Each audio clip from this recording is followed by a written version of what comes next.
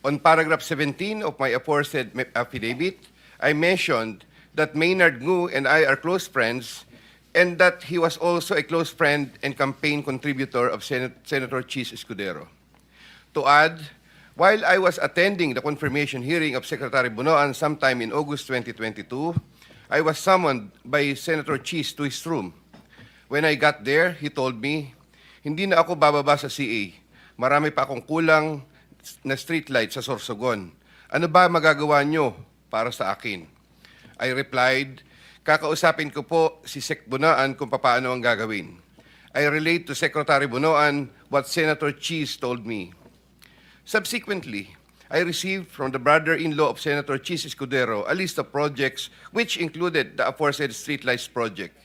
He asked me to confirm if that streetlights project was the one for Senator Chis, which I did. Sometime in 2023, Maynard Ngu told me to go to Cork and meet Senator Chis Escudero, which I did. I met with the latter in a private room in the said establishment. While we were drinking wine, he told me, alam ko naman ang galawan nyo dyan sa DPWH. Okay naman ako. Sabihin mo kay Sec magbaba sa akin. Also, the delivery of the 160 million for Senator Chis referred to in paragraph 17 of my affidavit happened sometime in the first quarter of 2025.